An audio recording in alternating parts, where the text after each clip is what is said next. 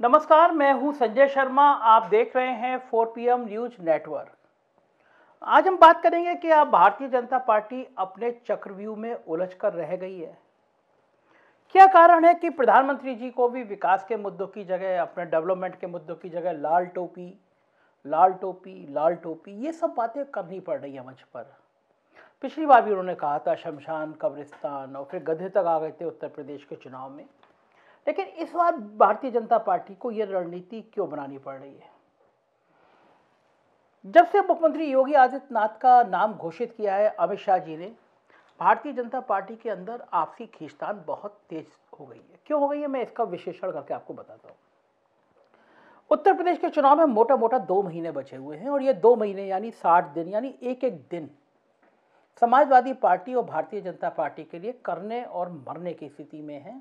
सभी जानते हैं कि बसपा और कांग्रेस इस समय सीन से गायब है। सीधा मुकाबला सपा और भाजपा में है। अब दोनों का अंतर समझिए। समाजवादी पार्टी का जो कार्यकर्ता है वो अपने भैया जी को सरकार में लाने के लिए जी जान लगा रहा है। वो क्यों लगा रहा है, मैं वो भी आपको विशेषण समझाऊंगा। उसको उम्मीद बन रही है, उसको लग रहा है कि अखिलेश यादव सरकार में आ रहे हैं। और तो उस दिन से ज़्यादा लगा कि जब आजमगढ़ से अखिलेश यादव का विजय रथ शुरू हुआ और उनको लखनऊ आना था। सुबह 10 बजे विजय रथ शुरू हुआ तो आमतौर पर यह माना गया 4-5 बजे तक लखनऊ पहुंच जाएंगे। लेकिन वो इतनी भीड़ थी, मतलब पूरे पूर्वांचल एक्सप्रेस वे दोनों तरफ, कि अगले दिन सुबह 4 बजे वो लखनऊ पहुंच पाए। और देखिए, जो वरिष्ठ पत्रकार होते हैं जिन्होंने देश भर की राजनीति को कवर किया जाता है, कभी कभी उनके कमेंट बहुत सार्थक होते हैं, बहुत सटीक होते हैं। NK सिंह जी हैं, जो देश की सबसे बड़ी मीडिया है, एजेंसी है, संस्था है, जिसमें सारे टीवी चैनल के संपादक जिसके सदस्य हैं, उसको NBA बोलते हैं। तो उसमें सबके संपादक रहते हैं चैनलों के, और NK सिंह जी उस संस्था के बहुत सालों तक पदाधिकारी, सचिव, महासचिव रहे हैं।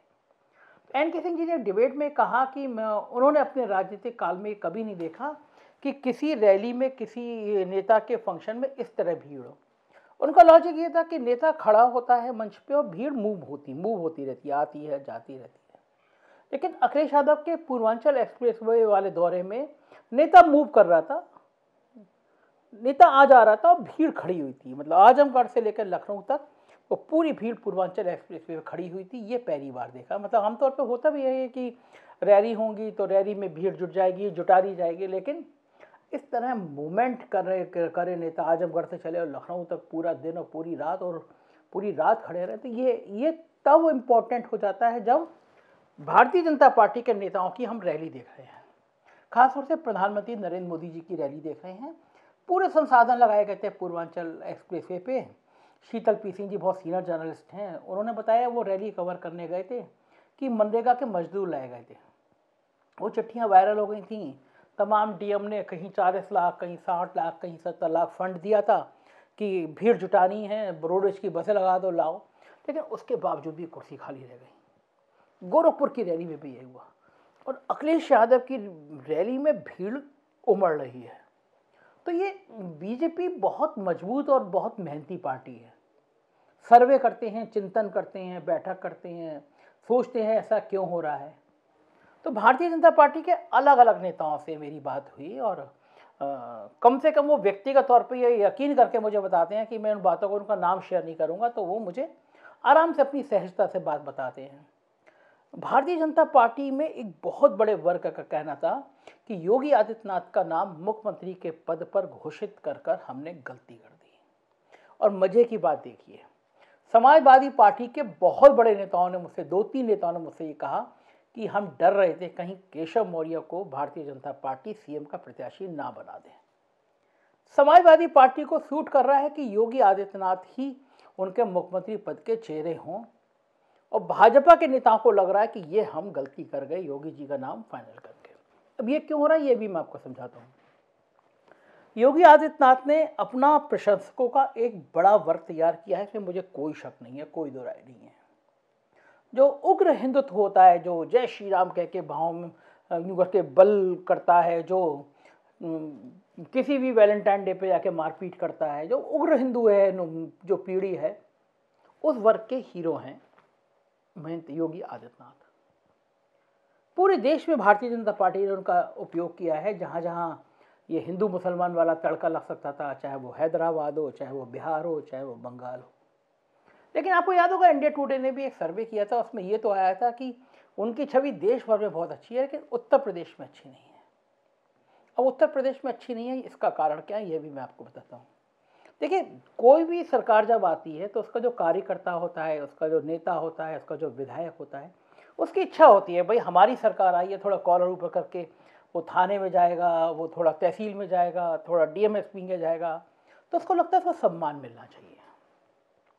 और मुख्यमंत्री जी की सबसे बड़ी कमी अगर मैं मुझसे पूछा जाए व्यक्तिगत तौर पर तो ये है कि उन्होंने नौकरशाही के चंगुल में आके कार्यकर्ताओं का, विधायकों का बहुत अपमान किया। ये बात चाहे बदायूं से लेकर बलिया तक, नोएडा से लेकर गाजीपुर तक, ये बात सामान्य सी चर्चा में थी कि कार्यकर्ताओं को तो छोड़ो, विधायकों की हैसियत नहीं है सरकार में। मुख्यमंत्री जी ने कई विधायकों को अपमानित करके भगाया, ये चर्चा भी बिल्कुल आम रहती थी। भाषा शैली की मुख्यमंत्री की चर्चाएं होती रहती थी। एक एएनआई बहुत बड़ी एजेंसी है मीडिया की, सारे आप देखते होंगे टीवी चैनल पे और खबरों में एएनआई लिख के आता है। इंटरव्यू देते देते उन्होंने एएनआई के रिपोर्टर को एक गाली शब्द इस्तेमाल कर दिया था, वायरल हुआ था बहुत ज़्यादा। तो यह हुआ कि ये शैली जो है, ये विधायकों को भी अपमानित कर देना, कार्यकर्ताओं को अपमानित कर देना, पदाधिकारियों को अपमानित कर देना। दूसरा, उस नौकरशाही के कारण अपने कार्यकर्ताओं का कहीं काम नहीं हुआ। एक बहुत सीनियर कार्यकर्ता है, वो पदाधिकारी भी हैं, वो मेरे पास आए हैं, बोले यार हम लोग तो ये कहते हैं हम 4.5 साल में थाने में पिटे नहीं, बंद नहीं हुए, एफआईआर नहीं हुई, यही बड़ी उपलब्धि है, काम तो छोड़ दीजिए। तो ऐसे कार्यकर्ताओं को लग रहा था कि इस बार सरकार में अगर सरकार आती है तो मुख्यमंत्री पद का उम्मीदवार कोई और होगा। लेकिन जब योगी आदित्यनाथ हो गए तो उन कार्यकर्ताओं का मन टूटा। उनको लगा कि अगर सरकार आ गई तो 5 साल तक फिर ये हालत हो जाएगी, हम कहेंगे तो हम बीजेपी के कार्यकर्ता हैं, बीजेपी के पदाधिकारी हैं बीजेपी के, लेकिन हैसियत हमारी इतनी होगी कि हमारा एक काम नहीं होगा। तो जब दो सेनाओं की तुलना करते हैं आप, समाजवादी पार्टी के कार्यकर्ता उत्साहित हैं भैया जी को लाने के लिए, और बीजेपी के कार्यकर्ता इतने डिमोलाइज नजर आ रहे हैं कि अगर योगी आदित्यनाथ फिर आ गए फिर हमारा काम नहीं होगा। देखिए, आइडियलिज्म की बातें बहुत अच्छी लगती है, मंच पर हम आदर्श स्थापित करेंगे, बीजेपी का कार्यकर्ता जान है, हमारी आत्मा है। लेकिन जब आप विधायकों को भी सम्मान नहीं देंगे, विधायकों की इतनी हैसियत नहीं रखेंगे कि अपने क्षेत्र में दरोगा का तबादला करा दे, एक खंड विकास अधिकारी को हटवा दे या पोस्ट करा दे, आप हर चीज़ भ्रष्टाचार नहीं होती। जनप्रतिनिधियों की आपने मान लिया कि ब्यूरोक्रेट बहुत ईमानदार है और विधायक और मंत्री बेईमान है। जितनी चांदी नौकरशाही ने सरकार में काटी है, कभी नहीं काटी। हर विभाग में कमीशन का रेट पड़ा है। कोई ऐसा विभाग नहीं है यहाँ पे 5% जो कमीशन जाता हो 8 या 9% ना हो। कारण क्या है? कि कारण यह कि मुख्यमंत्री जी ने जनप्रतिनिधियों को बिल्कुल साइडलाइन कर दिया, कोई दबाव ही नहीं रह गया। उसका नतीजा यह रहा कि भ्रष्टाचार लगातार बढ़ता चला गया, विधायक मायूस होते चले गए। आपने देखा होगा कोरोना काल में विधायक भी लिख रहा है, मंत्री भी लिख रहा है कि हमारे काम नहीं होते। तो जो उत्साह जुटना चाहिए कार्यकर्ता का, वो योगी आदित्यनाथ के नाम पर सामने आने के बाद वो उत्साह जग नहीं रहा। दूसरा, पिछड़ी जातियों में नाराजगी बहुत ज़्यादा है। केशव मौर्य बहुत बड़ा मुद्दा बन गए हैं उत्तर प्रदेश के चुनाव में। मैं इतने गांव में जा रहा हूँ, इतनी टीम में जा रहा हूँ, केशव मौर्य पिछड़ी जाति के नेता हैं इसलिए उनको स्टूल में बिठाया गया। ये जुमला मुझे लगभग हर गांव में पिछड़ी जाति में सुनने को मिल रहा है। उत्तर प्रदेश का चुनाव हिंदू मुसलमान पे नहीं हो पा रहा। जितनी कोशिश की थी, कैराना में जाके मुख्यमंत्री जी ने कैराना के दंगे याद दिलाए, मथुरा गर्म करने की कोशिश की। उत्तर प्रदेश का चुनाव हिंदू मुसलमान पे नहीं हो रहा। उत्तर प्रदेश का चुनाव अगड़ी जाति बनाम पिछड़ी जाति हो रहा है। और दूसरा और खराब भाषा में सुनिए, ठाकुर बनाम पिछड़ी जाति में हो रहा है। गांव में मैसेज होगा ये सरकार सिर्फ ठाकुरों की है, बनियों की है, हम पिछड़ी जातियों की कोई सुनवाई नहीं है। तो ये गांव-गांव में यह चुनाव इस रूप में जाति में कन्वर्ट हो रहा है। तो भारतीय जनता पार्टी के बड़े नेताओं को पसीने इस बात में आ रहे हैं कि 2014 में अमित शाह ने दिन रात मेहनत की थी। उनको पता था कि यहाँ पे पिछड़ी जातियों की गोलबंदी किए बिना वो चुनाव नहीं जीत सकते। तो 2014 में जो अमित शाह ने मेहनत की थी, वो सारी मेहनत पे पानी फिरता हुआ नजर आ रहा है। पिछड़ी जातियों के समूह जिस तरह अखिलेश यादव के पीछे खड़े हो रहे हैं, उसने बीजेपी के पसीने छुड़ा दिए। यही कारण है कि प्रधानमंत्री को लाल टोपी वाले अलर्ट हैं, लाल टोपी वाले ये हैं, इन सब भाषाओं पे उतरना पड़ रहा है। और समाजवादी पार्टी की तकदीर अच्छी चल रही है। लाल टोपी का जवाब अखिलेश यादव ने जिस टोन में दिया, जिस शैली में दिया, बता दिया कि हनुमान जी का रंग भी लाल है, हनुमान जी भी लाल वस्त्र पहनते हैं, माँ दुर्गा भी लाल चुनरी ओढ़ती है, लाल को खून से जोड़ दिया, तमाम बातें की। तो चुनाव को जिस तरह, जिस दिशा में, जिस गोल में बीजेपी ले जाना चाहती है, ले नहीं जा पा रही है। और अब बीजेपी फंस गई है कि चुनाव 2 महीने बच गए हैं, योगी जी को हटाते हैं तो मुसीबत, योगी जी को नहीं हटाते हैं तो मुसीबत, योगी जी का नाम अगर डिक्लेयर नहीं करेंगे तो योगी जी बगावत ना कर दें, और योगी जी का नाम डिक्लेयर करते हैं तो पिछड़ी जातियाँ और बाकी कार्यकर्ता मायूस। तो सबसे बड़ा फैक्टर ब्राह्मणों का है। ब्राह्मण अब तक आया था कि नाराज है, लेकिन कहाँ जाएगा। तो ब्राह्मणों को भी लगता था कि भाई अब इतना ज़्यादा फजीते हुए हैं सरकार में, इतनी ब्राह्मणों की अपेक्षा हुई है, तो कम से कम योगी जी तो नहीं आएंगे, कोई और नाम होगा। अब जब अमित शाह ने डिक्लेयर कर दिया फिर योगी जी, तो ब्राह्मणों को लग रहा है कि अब अगर फिर से योगी जी आ गए तो ब्राह्मणों का उत्पीड़न फिर शुरू होगा। तो इस लाइन पे आप कितना भी ब्राह्मणों को मनाइए, लेकिन ब्राह्मण बगावत करने के मूड में। तो जैसे बीजेपी के एक नेता मुझे बता रहे थे कि अभी तय नहीं है, पार्लियामेंट की बोर्ड की मीटिंग के बाद तय करेंगे कि हो सकता है योगी जी का नाम ना डिक्लेयर करेंगे, कहेंगे मोदी जी के चेहरे पर चुनाव लड़ेगा। ऐसी कोई प्लानिंग होती है तो बीजेपी में शायद कुछ उफान आ सकता है, कि टीम चाहे कुछ गर्म हो सकती है, लेकिन ये बात तय है योगी आदित्यनाथ जी के नाम पर बीजेपी को फायदे की जगह उत्तर प्रदेश में लगातार नुकसान हो रहा है। और यही हालत रही तो बीजेपी की बहुत खराब सीट होगी। मेरा तो मित्र एक कह रहे थे, जो बहुत घूम के आए थे, कि देखते रहिएगा 100-125 से ज़्यादा बीजेपी को सीटें मिलने वाली नहीं है अगर यही हालत रहे।